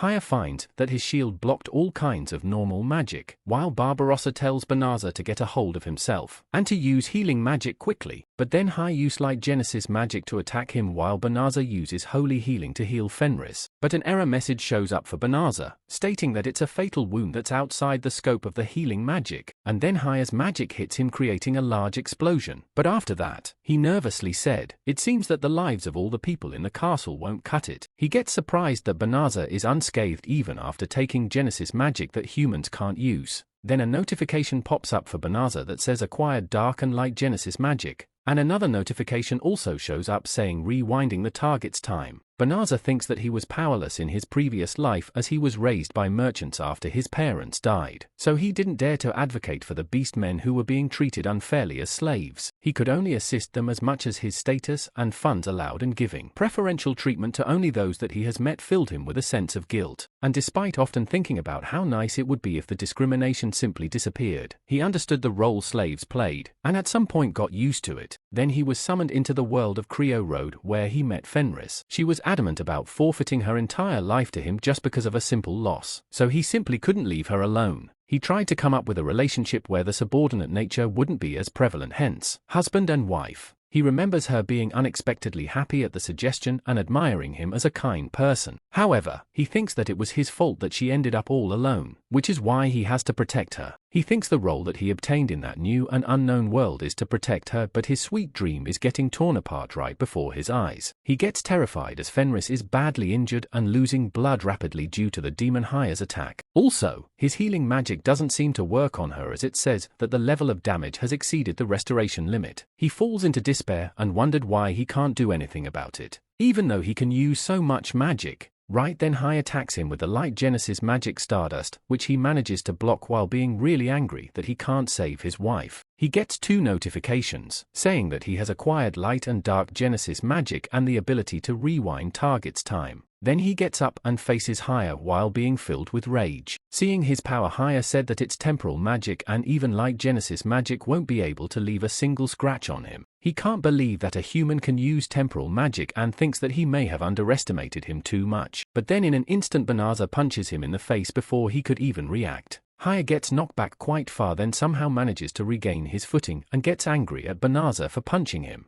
He asked how he could do that to him who has mastered all the light and dark magic of that world. But then Banzu stomped on him with massive force, which makes him scared. Banzu looked at him with distaste and asked if he will shut up already while he uses dark Genesis magic against him to try and free himself. Banzu easily nullifies that magic and grabs onto his head, which terrifies him. He gets shocked to see Banzu use force the spell against him and wondered what he is as he looks into his status. Haya gets shocked seeing his status as every stat is shown as infinity and thinks that no matter how one looks at it, he's clearly just a human male. Then something comes to his mind about what Banzu might be, but right then Banzu knocked him into the wall while grabbing his head. It causes him immense damage, which makes him think that there is no point in putting up defense magic. Banzu said that he dared to injure his wife, then asked Haya if he would care to find out exactly how much punishment is in store for him before he is satisfied. He gets horrified at that and tries to ask for his forgiveness. Just then Fenris starts waking up. Then Barbarossa asked her if she's alright, and Fenris wondered what happened as there is not a single wound on her. Barbarossa tells her that it's probably thanks to Banaz's healing magic and shows her that right now he's beating higher. Seeing that Fenris sounds happy as he is fighting mercilessly for her sake, then Barbarossa embarrassingly tells her she's glad that she's back to normal as Fenris is still full of excitement, and tells her to just look at the completely one-sided beatdown. Fenris added that against the demon well versed in all forms of magic,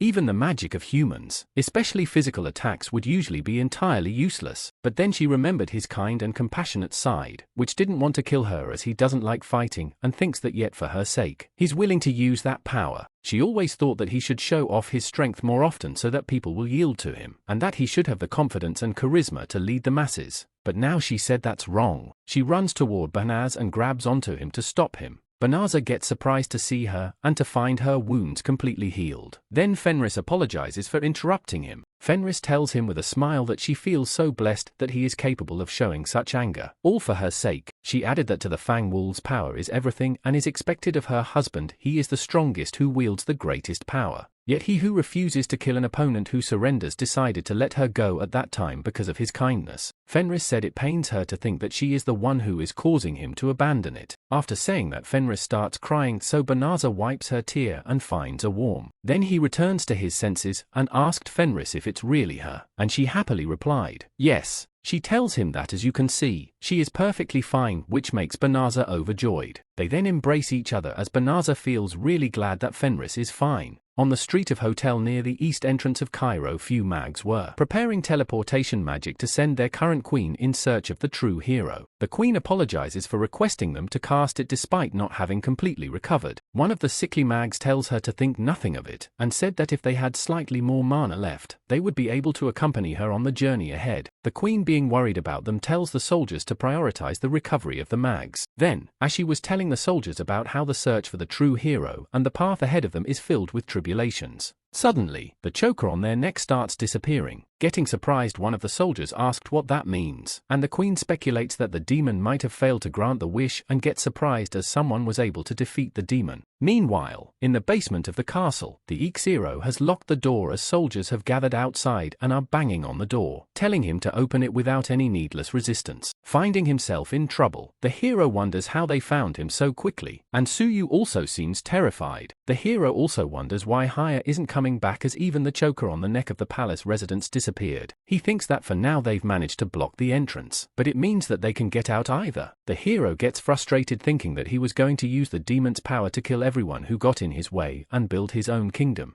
And Suya keeps crying and asked him what they will do as they're going to get sentenced to death. Just then a mysterious voice speaks to them saying if that isn't the most wonderful specimen. Then she enters Sua's body saying that she'll take it, which startles her. She falls on the floor, which worries the hero, but then the mysterious woman uses to his body to speak and said that she's finally back. She wondered how many centuries has it been since she had a physical body, and looking at her dress, she said that these clothes aren't really her style. Then the mysterious woman uses magic to change into totally different clothes, which surprises the hero, and she tells him with an evil grin. She supposed that she has to thank him for undoing her seal. She said that she, Dark Grand Mage Damaranus, shall grant him the power he seeks and uses transformation magic on him. Then he transforms into a giant monster that seems to be a mix of a few wild animals and stands on top of the castle after destroying it. Damaran starts laughing, saying that it's beautiful and that it's so much better than the bird brain. She sits on top of the monster and said that they should depart. The monster starts moving through the wreckage and the soldiers run away in fear as Damaran says that the foolish royal family who made the mistake of sealing her shall face the wrath of heaven. Then she finds a teleportation circle and wondered if they escaped in fear, knowing that she has been released. She flies off with the monster saying that those who had sealed her, that royal family, and all their descendants included, she shall not allow a single one of them to escape. In the meantime, Haya starts regaining consciousness and seeing that when I was asked him if he has woken up.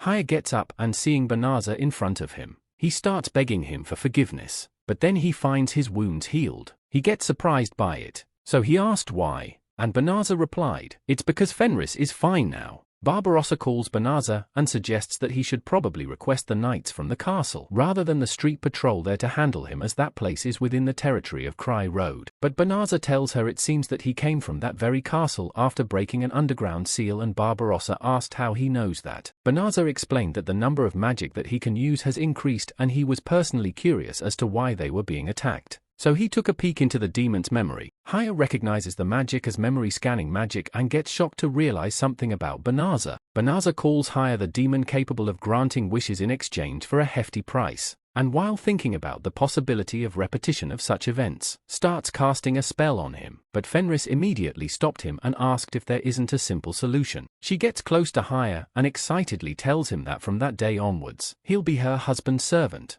Haya seems confused hearing that, and Banzu also tried to tell Fenris something, but she stopped him. She tells him she understands that he does not wish for followers. However, it would be more effective to keep him around as an ally. That way, even if something were to happen, they can deal with it immediately. Banzu said that her arguments have definitely gotten more convincing, but her real objectives are showing. Then Fenris tries to reason with him, saying that nothing beats having a strong group. Hearing that, because it tells her that she's actually right. And it's not like he's never thought about that, but he asked if she's okay with that, as they're talking about someone who's caused her great harm. Then Fenris tries to act frustrated, and Banzu tells her that she doesn't need to force herself. Fenris said that she's seriously frustrated, but she has only her weakness to blame for getting beaten by him. Both Banzu and Barbarossa get surprised to hear her say that. Then Banzu tells Haya that if Fenris herself says so, then it wouldn't be right for him to keep holding his grudge either. He brings his hand forward and tells her to take it if he promises to never take another life, and he'll forgive him for whatever he has done before. Haya thinks about the options before him to live under constant supervision or to be sealed again, and asks Banzu if he is asking him to choose. Banzu explained, it's just in case if that is also counted as a wish after all, as he wouldn't want to deal with the aftermath, adding that it's his decision. Haya thinks that it's almost as if he's a completely different person from before and wonders if he just lost all intent in exterminating him. He thought that as humans are incapable of letting go of their desires and grudges easily, they would go to extremes to fulfill their wishes, and he had long accepted that it is simply how they are. But Haya finds the current situation fascinating as he takes Banaz his hand and calls him a mighty being and the surpasses a few Leo. He further calls him the one who holds all power in that world and said that what he wishes for and what he will accomplish,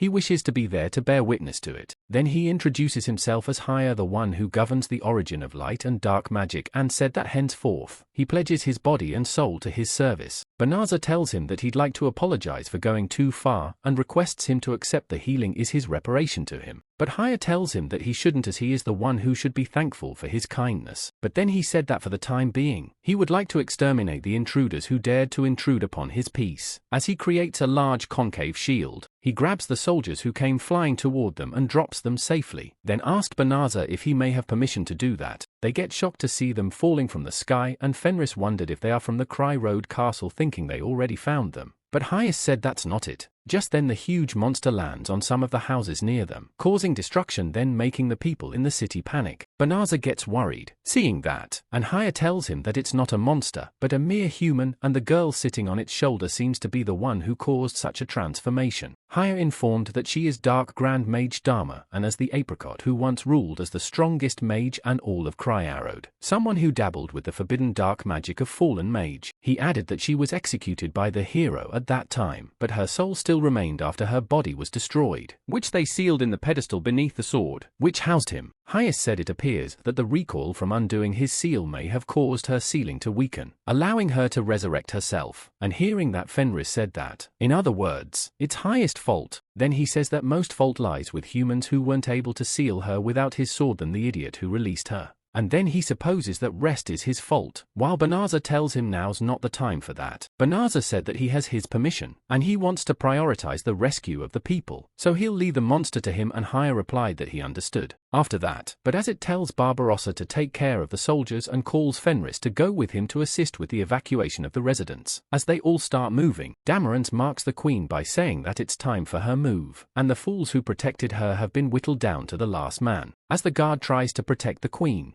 The mage asked if people call it a life or death situation. Being scared, the queen calls her the witch who commands the beasts of the dark and shockingly said so she has been revived. Seeing that, Dharma and US puts on an evil grin and said that's a great face she's making. Then the monster proceeds to stomp on the queen and the guard as Dameron has said that unfortunately she had enough of playing around. But right then the monster gets stopped by a powerful attack and roars in agitation. Finding out that Haya did it, Dameron gets frustrated and tells him it seems that he intends to stand in her way. Hia tells her that he doesn't know if it counts as an obstruction, but he has come to eliminate the insolent fool who dared to lay waste to his master's community. Then Dameron starts laughing, saying all he has done is fail despite having the power to grant wishes, and asked if he is saying that he's been corrupted by humans, and if that's all there is to the power of the demons. Then she throws a magic attack at him, but he easily deflects it with the swipe of a finger, which shocked the witch. Haya tells her that against him any and all Crowrodian magic has no effect. He explained to the witch that therefore she will not be a match for him no matter how much she may try. Then Dameron has asked him if that is so as the monster jumps on top of them. Haya prepares to block the attack, saying that it's so simple as she's using brute force when magic fails. But then Dameron has also shoots magic at him, called Fire Lance Noir. Even after the witch throws attacks from 2 directions toward Haya, he easily manages to deflect them and knocks back the monster using wind magic. Dameron gets hurt by that and becomes even more frustrated as she said that even magic and direct attacks together won't work. After that she starts casting another powerful magic, saying that even up against the demon for her, Dameron as the Dark Grand Mage who surpasses human logic, there is no way she would lose. The ground starts splitting apart in front of her as she uses the spell to summon one of the most powerful creatures of darkness from the abyss. The queen and her guard gets horrified after seeing a gigantic dark monster emerge from the ground and thinks what might happen if the monster is let loose. But right after the magic gets shattered and the monster disappears, which surprises everyone except Haya, who knows the person who might have done it. Then he finds Banzu and Fenris running toward them as Banzu said that the monster is size looked troublesome.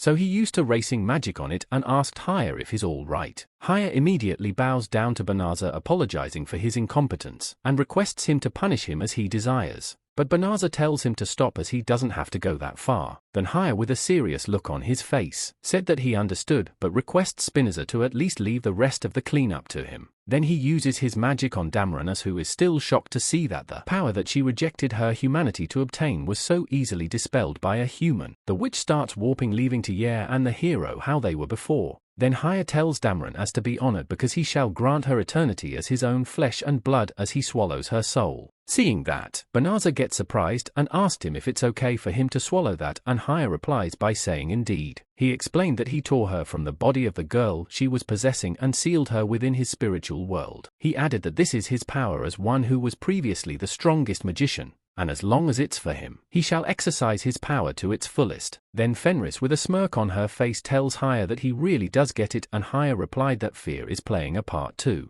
And seeing that, Banzu gets embarrassed. After that, Banzu tells Haya since the fighting is over, he would appreciate it if he restored the townsfolk, and that they should return once he deals with the injured and finish the repairs. Then Banzu thinks about using time manipulation magic as he was able to heal Fenris with it, but Haya tells him to wait. He said that recklessly using time magic like that is dangerous and suggests Banzu to refrain from using it a second time. Banzu asked him if that is so, and Haya replied by saying yes and explained that the magic only affects the time in its area of effect, but at the border with unaffected time unpredictable accidents become extremely common. Haya said that when he uses it, the magic is restricted to only the space around him, and in the first place, it isn't supposed to be usable by humans. However, Banzu's skill status indicates that his skill stat is infinite. Haya explained that he is able to use magic only beings known as Beyond Us may use. In other words, he can use perfect learning magic. Once Banzu has been hit by any kind of magic, he will be able to learn any and all magic in that category. Banzu gets surprised to hear that and asked him if he is saying that he learned magic of a kind only demons should be capable of using, hearing which Fenris gets worried. Haya said that his capabilities aren't different from a normal human.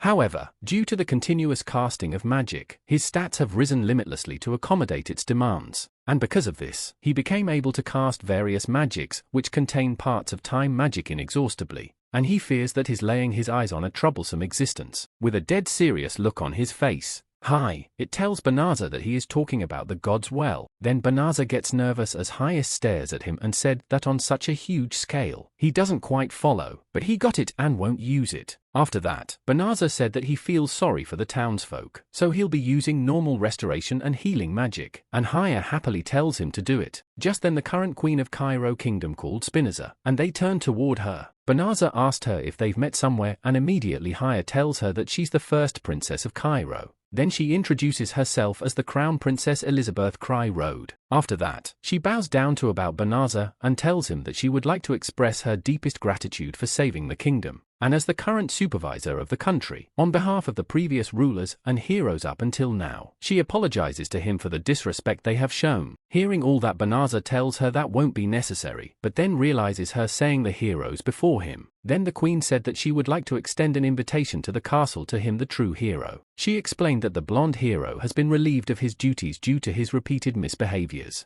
and now as there is no one to embody the people's hopes, she begs him to take that role. But Banzu tells her that such a role should go to someone who for the sake of humanity is able to wield his strength without hesitation. But he doesn't believe that he himself is qualified. In the first place, he thinks something like a hero isn't even necessary, and also that he's still best suited to his current lifestyle. Later that night in their house, Fenris asks Spinoza if he's okay with that. Fenris sits on Banzu's bed and tells him that she didn't think that in place of his refusal, he requests such a large sum, 100,000 gold pieces, for the restoration of the town. Banzu tells her that they did want to give it to him as compensation, and it was set aside for diplomatic uses. So he just took the bare minimum and returned the rest of the country. Then he sits beside her and tells her that they can run away whenever they want now, since they know that they can make a living wherever they go. But then, finding Fenris worried, Banzu asked her if there's something wrong. Fenris tells him that I used magic on him, and now that he's able to use that entire system of magic. While Banzu asked what's with that, then Fenris lays Banzu on the bed and gets on top of him and asked him with a sad look if he's going to return to his previous world. Banzu gets shocked hearing that and tried to ask Fenris why she is so concerned about that. Fenris said now that he not only can use human magic but demonic magic too. She thought that he should be able to return to his previous world. Also, he donated most of his rewards, so it seems to her as if he has no plans to stay for longer in that world. Then Fenris hugs Banzu and requests him to take her with him. She said that her place is where he is, so she'll accompany him no matter where he goes, and thinks that saying something like that might be cowardly. Fenris also said that she doesn't need any of her family members, and since she's no longer a part of the demon army, there shouldn't be any problem, so she begs Banzu to not leave her behind. Then Banzu embraces Fenris by pulling her closer and tells her that he isn't going back. He said that he can't take her to that world where there is severe discrimination against demi-humans, and he has no plans to go back there and leave her behind either. Fenris wanted to tell him something, but Banzu explained that it would be a lie to say that he has no attachment toward that world, but he's not someone who has any particular attachment toward goods or people. He added that when he was told that there was no way for him to return back to his previous world, he just gave up on that idea. But at that time, when he thought that he would lose her, he was really scared. Then Banzu touches his forehead with Faris and requests her to let him ask her again if she will be his wife. Fenris starts blushing hearing that, and Banzu tells her that although he only said that she would be his wife and name only the current, he couldn't bear the thought of living without her. Then Fenris gets embarrassed and tells him that right from the start, she always meant not just in name, but as his real wife. Banzu sounds glad to hear that, and Fenris tells him that it's true, because for someone like her who was raised up only to fight and to lead the pack, she got to know all kinds of feelings after meeting him. Then she gets close to his ear and calls him husband, then said that she wants to bear her children and kisses him. After that, Fenris tells Banzu he once said that after he got kicked out of the castle, he changed his appearance, but there is no need to keep that appearance now. So she asks him to be the real Heat and calls him Banzu. But Ben also refused as her requests and said that Furio is the real Heat, who will keep living in that world. After that, but as a laser on the bed and tells her that as long as she will remember his past appearance and past name, they can stay as his past. Then they continue with their intimate relationship.